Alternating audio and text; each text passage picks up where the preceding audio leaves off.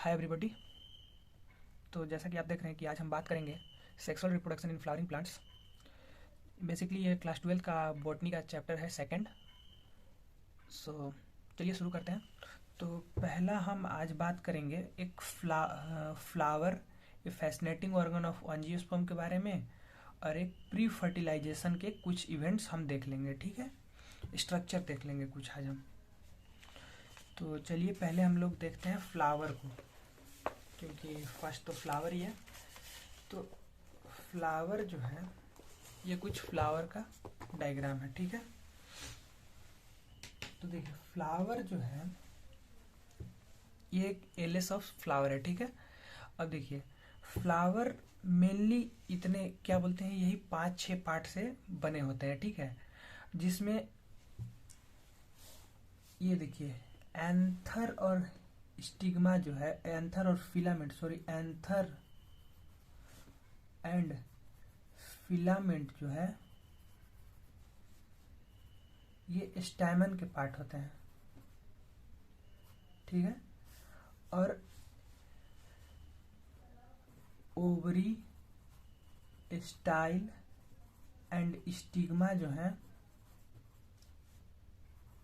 ये कार्पेल के पार्ट होते हैं। ठीक है, अब देखिए एक वर्ल में बेसिकली 4 पार्ट होते हैं। ठीक है, जैसे ये देखिए वर्ल हो गया, ये वर्ल है। ठीक है, ये देखिए वर्ल है, यहाँ तक वर्ल है। ठीक है, इसमें हो गया मेनली कैलिक्स, कोरोला, एंड्रोसियम, और एक हो गया गाइनोसियम। आप लोग स्पेलिंग देख लेंगे अपने से, हम स्पेलिंग नहीं लिख रहे हैं। ठीक है, ये कैलिक्स और कोरोला जो है ये नॉन स्टेराइल पार्ट है। ये रिप्रोडक्शन में पार्टिसिपेट नहीं करते हैं, मतलब हेल्पफुल करते होंगे, लेकिन ये पार्टिसिपेट नहीं करते। ये हो गए एंड्रोसियम और गाइनोसियम, ये हो गया आपके स्टेराइल पार्ट। ठीक है, और ये रिप्रोडक्शन में हेल्प करते हैं। ठीक है, मतलब पार्टिसिपेट करते हैं, हेल्प नहीं करते, पार्टिसिपेट करते हैं। तो देखिए अब ऐसे फ्लावर के बारे में हम लोग देख लेते हैं। ये देखिए फ्लावर का ये जो है ये है गाइनोसियम पोर्शन। ठीक है, ये गाइनोसियम मेनली बना है 3 चीज से, स्टिग्मा, अस्टाइल, ये हो गया, और एक हो गया ओवरी। ठीक है, और ये है एंड्रोसियम पार्ट। ये एंड्रोसियम जो है ये बना है एंथर, सॉरी यहाँ पर देखिए एंथर और फिलामेंट। ठीक है, ये हो गया आपका फिलामेंट। ठीक है, एक अब देखिए कि फ्लावर जैसे क्या है ना, कि फ्लावर का फॉर्मेशन क्यों कैसे होता है। ठीक है, तो इसको हम कॉपी में देखते हैं कि एक सूट एपिकल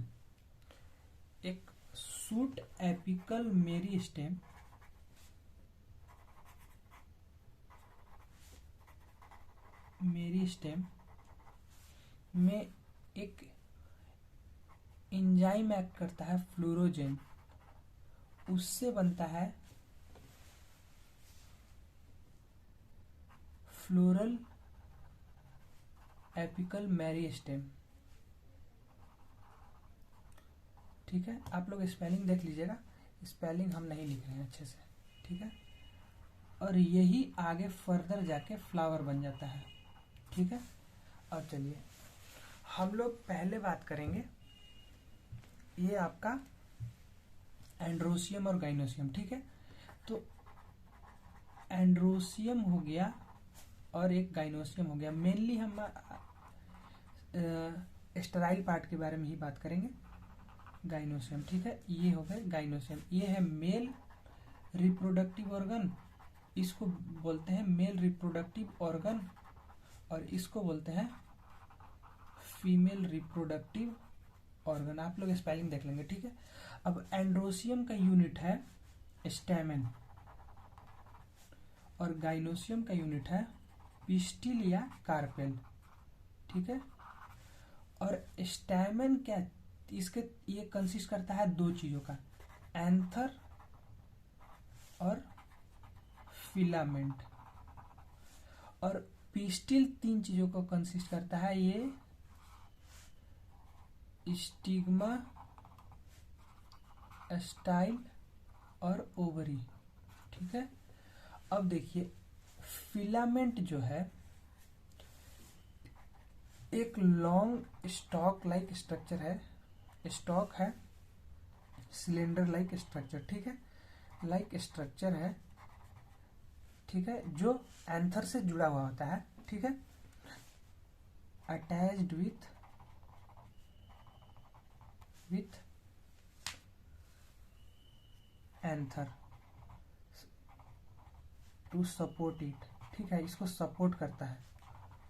और ये देखिए एंथर जो है ये है आपका बेसिकली मेन पोर्शन, इसी में पोलन ग्रेन का फॉर्मेशन होता है, ठीक है। एंथर, अब देखिए एंथर क्या है, एंथर के बारे में हम लोग अब बात करेंगे, थोड़ा रुकिएगा।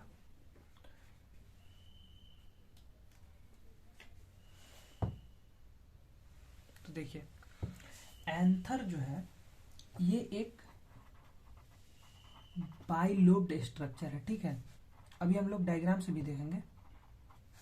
ये एक बाइलोब्ड स्ट्रक्चर है, ठीक है, इस जिसमें हर एक लोब में दो थीका होते हैं, ठीक है, ये तो डाई थीका हो गया, ठीक है, और ये हो गया डाई थीका, और हर एक थीका में दो माइक्रोस्पोरेंजियम रहते हैं, ठीक है, ये डाई थीका हो गया, हर एक थीका में एक एक माइक्रोस्पोरेंजियम रहते हैं, हर एक थीका में एक एक माइक्रोस्पोरेंजियम रहते हैं, ठीक है। आप लोग स्पेलिंग देख लीजिएगा, स्पेलिंग थोड़ा मिस्टेक हो जाता है, माइक्रोस्पोरेंजियम रहते हैं, ठीक है। तो ये हो गया 1 2 3 4। तो हम कह सकते हैं कि यदि एक एंथर है, एंथर के अंदर में ये कितने माइक्रोस्पोरेंजियम, एक एंथर में मेनली 4 माइक्रोस्पोरेंजियम बनते हैं, ठीक है, एक एंथर में, ऐसा आप कह सकते हैं, क्योंकि देखिए एंथर जो है ये बाइलोब्ड स्ट्रक्चर है और हर एक लोब में दो थीका, और दो थीका है तो हर एक थीका में एक एक माइक्रोस्पोरेंजियम बनते हैं, ठीक है। अब इसी चीज को हम लोग डायग्राम में देखते हैं, ठीक है। बेसिकली हम एनसीईआरटी का डायग्राम का ही बात करेंगे, ठीक है। अब देखिए ये देखिए ये है आपका एक स्टैमन, ठीक है, और ये है, ये देखिए आपका स्टैमन है, ये स्टैमन, इसमें देखिए ये है एंथर और ये है फिलामेंट, ठीक है, ये हो गया एंथर। अब इसी का है ये जूम्ड वर्जन, ये क्रॉस सेक्शनल व्यू है, ठीक है, कट सेक्शन का है, ऊपर से कटा हुआ व्यू है, ठीक है। अब देखिए इसमें क्या है कि ये एक लोब हो गया और ये हो गया दो लोब। अब हर एक लोब में देखिए एक थीका और ये दो थीका, डाई थीकस हो गया, एक थीका और एक दो थीका, ठीक है, 4 थीका हो गए, और हर एक थीका में एक एक माइक्रोस्पोरेंजियम, तो 1 2 3 4 माइक्रोस्पोरेंजियम हो गए, ठीक है। अब देखिए कि ये जो माइक्रोस्पोरेंजियम जो है ना, ये माइक्रोस्पोरेंजियम जो है यही, सॉरी हाँ एक चीज मैं बताना भूल गया कि ये इस कंडीशन को, जो ये 4 माइक्रोस्पोरेंजियम जो बन रहे हैं इसको हम बोलते हैं टेट्रा स्पोरेंजिएट, ठीक है, टेट्रा स्पोरेंजिएट। अब देखिए और ये माइक्रोस्पोरेंजियम जो है ना ये फर्दर डेवलप होते हैं पोलन ग्रेन में, ठीक है। अब चलिए हम बात करेंगे माइक्रो, ठीक है, अभी हमने वो क्या बोलते हैं एंथर का वो देखा, तो अब देखिए स्ट्रक्चर ऑफ माइक्रोस्पोरेंजियम, ठीक है। तो देखिए कुछ माइक्रोस्पोरेंजियम जो है ये बेनली 4 चीज से बना था, 4 पार्ट होते हैं इसके, ठीक है। एक हो गया एक्सोथीसियम, फिर हो गया एंडोथीसियम, इसी को बोलते हैं एपिडर्मिस, और में एपिडर्मिस, ये हो गया एंडोथीसियम, फिर एक और हो गया मिडिल लेयर,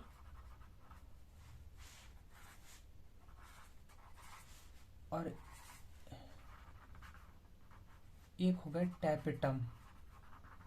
तो देखिए मेनली क्या है ना, ये एक्जोथीसियम, एंडोथीसियम और ये तीनों जो है ये आपके काम करते हैं प्रोटेक्शन का ऑफ पोलन ग्रेन या माइक्रोस्पोरेंजियम, और फिर डेहिसेंस में मदद करते हैं, ठीक है, ऑफ पोलन ग्रेन में मदद करते हैं, ठीक है।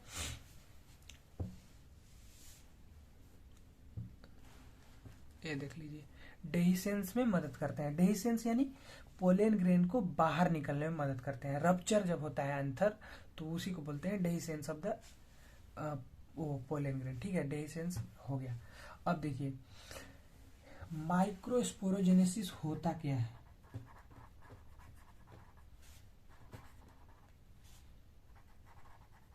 होता क्या है, तो देखिए जब एंथर जो है यंग होता है तो क्या होता है ना कि ये देखिए यंग एंथर जब यंग होता है तो उसके माइक्रोस्पोरेंजियम के सेंटर में एक स्पोरोजीनस टिश्यू आ जाते हैं, ठीक है, स्पोरोजीनस टिश्यू रहता है, आ जाता है सेंटर में, ठीक है।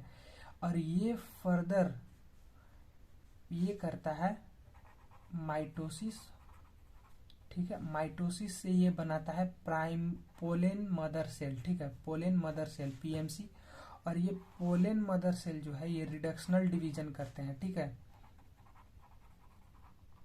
रिडक्शनल डिवीजन करते हैं। और ये रिडक्शनल डिवीजन जब होता है तो उससे बनते हैं 4 माइक्रोस्पोर, ठीक है। इसके पोलैरिटी होगी n n n n और इसकी पोलैरिटी होगी 2n और इसकी पोलैरिटी होगी 2n, ठीक है। अब ये जब साइटोप्लाज्म इसका कंडेंस होता है, साइटोप्लाज्म कंडेंस हो जाते हैं तब ये और ये प्लस ये सेपरेट हो जाते हैं अलग अलग, तब ये बन जाते हैं पोलन ग्रेन, ठीक है। मैच्योर जब होता है ये एंथर, ठीक है, तब ये पोलन ग्रेन का फॉर्मेशन कर जाते हैं, ठीक है। अब देखिए एक चीज में हाँ कि एक माइक्रोस्पोरेंजियम में अबाउट 1000 से भी ज्यादा पोलन ग्रेन का फॉर्मेशन हो सकता है, ठीक है, पोलन ग्रेन हो रह सकते हैं एक बार में, ठीक है। आप लोग सिर्फ बातों को सुने और लिखेंगे आप खुद ही, हम लिख नहीं पाते हैं उतना अच्छा, ठीक है। अब चलिए ठीक है डायग्राम देख लेते हैं। तो देखिए ये है आपका एक यंग एंथर, ठीक है, ये है आपका यंग एंथर। यहां पर देखिए ये हो गया आपका आउटर लेयर एपिडर्मिस, ठीक है, इसी को बोलते हैं एक्जोथीसियम। ये हो गया आपका इनसाइड लेयर, उससे एक आगे के लेयर, ठीक है, ये है एंडोथीसियम, ठीक है। और इसके बाद होता है मिडिल लेयर, जो यहाँ पे लिखा नहीं है लेकिन वो भी रहेगा, ठीक है। मैच्योर होने के बाद जब ये एंथर मैच्योर करेगा तो वो मिडिल लेयर रप्चर कर जाता है, ठीक है।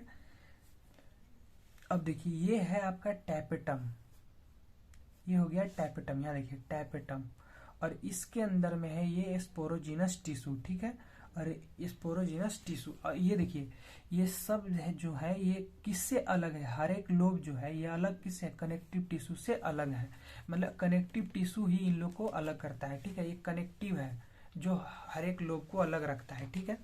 यहाँ देखिए हाँ मिडिल लेयर दिया है। अब देखिए ये है आपका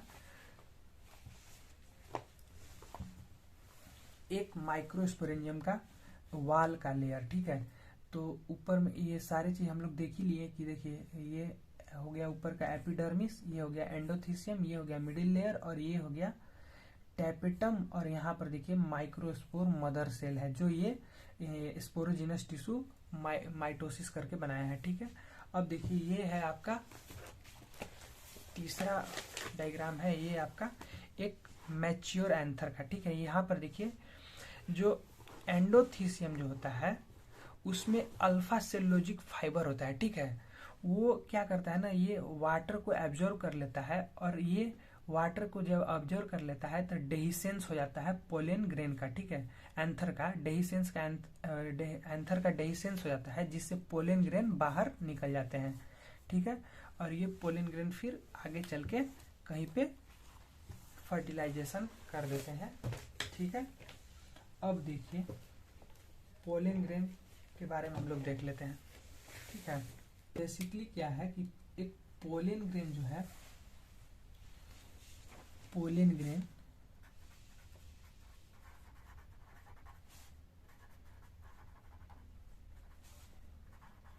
होता है मेल गैमेटोफाइट। ठीक है, अब ये देखिए कि जो पोलन ग्रेन जो है उसका डायग्राम कैसे होता है। तो देखिए डायग्राम कुछ ऐसे होता है कि ये होते हैं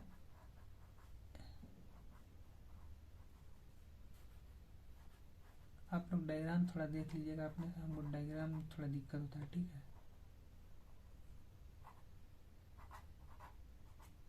ठीक है,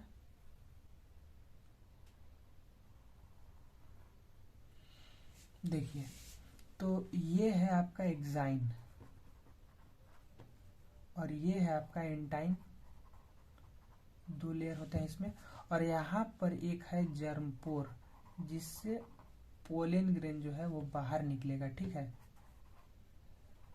ये है आपका जर्मपोर, तीन इसमें होते हैं। ठीक है, तो एक्साइन के बारे में हम लोग बात करते हैं। पहले देखिए एक्साइन जो है ना, ये आपका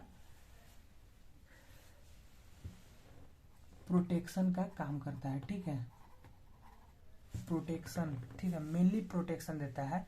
ये प्रोटेक्शन इस प्रकार देता है कि देखिए इस पे एक्साइन जो है ये स्पोरोपोलिनिन का बना होता है, स्पोरोपोलिनिन का बना होता है। ठीक है, और ये स्पोरोपोलिनिन एक ऐसा क्या बोलते हैं ऑर्गेनिक मटेरियल है जो मतलब इतना रेसिस्टेंट है कि कोई भी एंजाइम इस पे एक्ट नहीं कर पाता है। ठीक है, इसको कोई भी रप्चर भी नहीं कर पाता है, इस पे कोई रिएक्ट भी नहीं करता है, इससे कोई एंजाइम ब्रेक भी नहीं कर पाता है, इतना स्ट्रांग है। ठीक है, इस पे न कि कोई टेम्परेचर का असर होता है, न कोई एसिड का, न अल्कलाइन मीडियम का असर होता है। ठीक है, इतना स्ट्रांग है। अब देखिए कि इसका हम लोग उपयोग करते हैं क्या, फोजिल को पता करने में। ठीक है, किसी प्लांट का फोजिल के बारे में जानने के लिए हम लोग इसका यूज करते हैं, तो इसका एक फायदा भी है। ठीक है, अब देखिए कि स्पोरोपोलिनिन जहाँ पे प्रेजेंट नहीं है उसको बोलते हैं जर्मपोर, यहीं से पोलन ग्रेन बाहर निकलता है। ठीक है, और इंटाइन आ गया, एक दूसरा पार्ट हो गया इंटाइन। देखिए इंटाइन जो है ये है आपका एक सेलुलोज पेक्टिन का बना हुआ पार्ट। ठीक है, मल्टी लेयर पार्ट, ये मल्टी लेयर्ड सेल्स हैं। ठीक है, सेलुलोज पेक्टिन,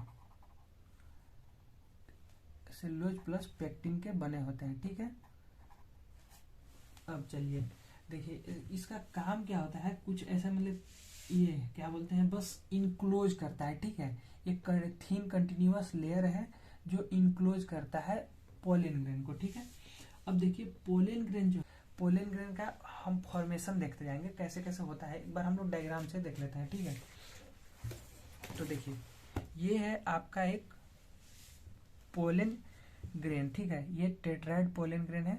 अब देखिए ये क्या है ना कि ये पोलन ग्रेन, ये एक हम लोग सेक्शन लिए। ठीक है, ये पोलन ग्रेन है। ये देखिए कि यहाँ पर वैक्यूल क्रिएट होता है। ठीक है, दो वैक्यूल क्रिएट होता है इससे, और ये वैक्यूल, और ये देखिए न्यूक्लियस है। ठीक है, अब ये जो देखिए ये स्पिंडल बनाता है। ठीक है, ये सिमेट्रिक स्पिंडल बनाता है यहाँ पर ये, और वैक्यूल जो है वो मर्ज कर जाते हैं, दोनों वैक्यूल मर्ज कर जाते हैं। ठीक है, ये बड़ा वैक्यूल हो जाता है। अब ये सिमेट्रिक स्पिंडल बनाता है, और ये सिमेट्रिक स्पिंडल बना के ये क्या है ना दोनों अलग अलग सेंटर पे चले जाते हैं। ठीक है, अपोजिट सेंटर पे चले जाते हैं। ठीक, दो पार्ट में बदल के।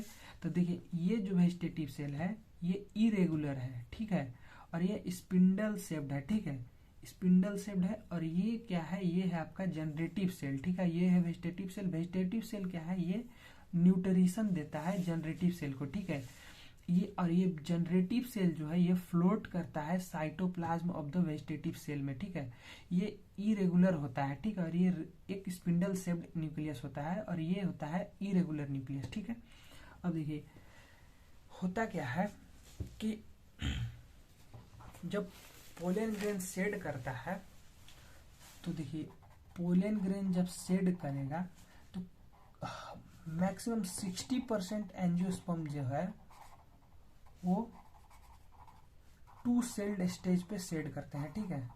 शेड 2 सेल्ड स्टेज पे, ठीक है। शेड करना मतलब क्या होता है? शेड मतलब ये पोलन ग्रेन जो है ये मतलब अपने ये इससे बाहर कब निकलेंगे, ठीक है। ये जर्मपोर से बाहर कब निकलेंगे, इसी को बोलते हैं शेड करना, ठीक है। और कुछ कुछ मतलब 40% बाकी जो एंजियोस्पर्म बचे हैं उसमें, ठीक है, उसमें ये 3 सेल्ड स्टेज में शेड करते हैं, ठीक है। यानी 3 सेल्ड स्टेज क्या, ये जो जनरेटिव सेल है ये 2 सेल में डिवाइड हो जाता है जब 3 सेल्ड स्टेज पे इसको शेड करना रहता है, ठीक है। ये 2 पार्ट में डिवाइड हो जाता है, ठीक है। अब देखिए कि पोलन ग्रेन जो है ना, पोलन ग्रेन का एडवांटेजेस भी होता है, ठीक है। Pollen grain advantages of pollen grain, ठीक है, एंड डिसएडवांटेजेस भी। देखिए एडवांटेजेस में पहले तो हमने बात करेंगे, पहले डिसएडवांटेज हम बात कर लेते हैं, ठीक है। डिसएडवांटेजेस में क्या होता है ना कि ये कुछ ना एलर्जिक रिएक्शन कॉज कर देता है और ब्रोंकियल एप्लीकेशन भी कॉज कर देता है, bronchial in the human body, ठीक है। अब ये कैसे करता है? इतना, क्योंकि ये इतना लाइट होता है कि हम इसको इनहेल कर सकते हैं और हमको पता भी नहीं चलेगा, ठीक है। अब देखिए कि ये क्या होता है ना, ये सब के चलते किसी किसी आदमी को क्रोनिक रेस्पिरेटरी डिजीज हो जाता है, डिसऑर्डर हो जाता है, ठीक है। रेस्पिरेटरी डिसऑर्डर हो जाता है, ठीक है, जैसे कि अस्थमा और ब्रोंकाइट्स, ठीक है। आप लोग एनसीईआरटी से देखते जाएंगे, हम ऐसे बता दे रहे हैं, ठीक है। अब इसी का एक एग्जाम्पल है कि एक आप लोग देखे होंगे कैरेट ग्रास, ठीक है। कैरेट ग्रास जो है इसको हम लोग बोलते हैं पार्थेनियम,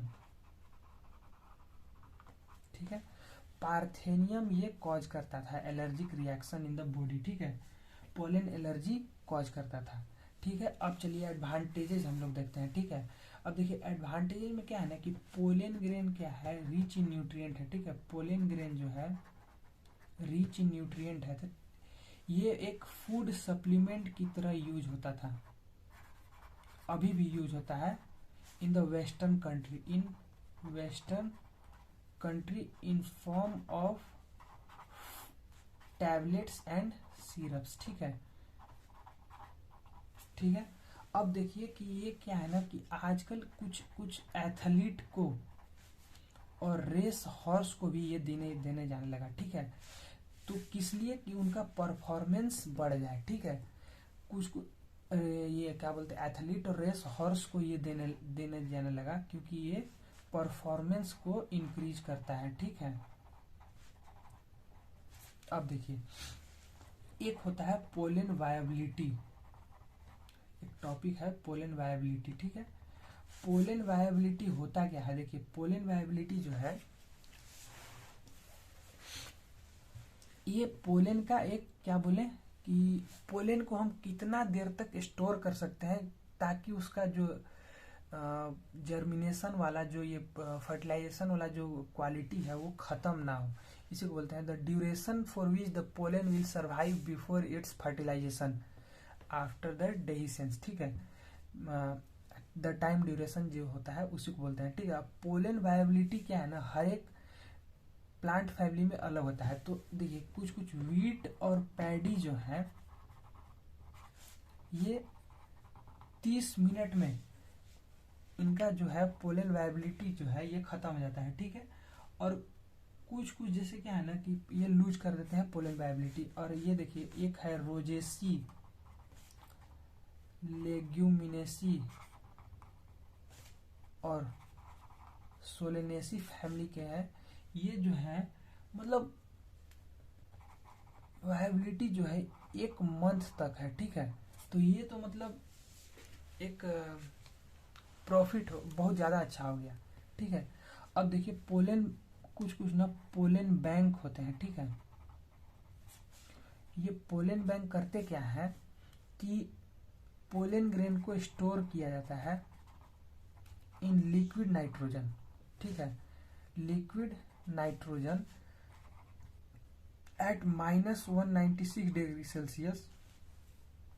अब इसको क्यों किया जाता है, जैसे इसलिए किया जाता है कि पोलन को कहीं बाद में जर्मिनेट कराने के लिए, ठीक है, फर्टिलाइजेशन कराने के लिए कहीं दूर मान लीजिए उसको कराना है, तो इसको स्टोर करके कहीं पे आप ट्रांसफर कर सकते हैं, ठीक है। अब देखिए मेन तो ये तो हो गया।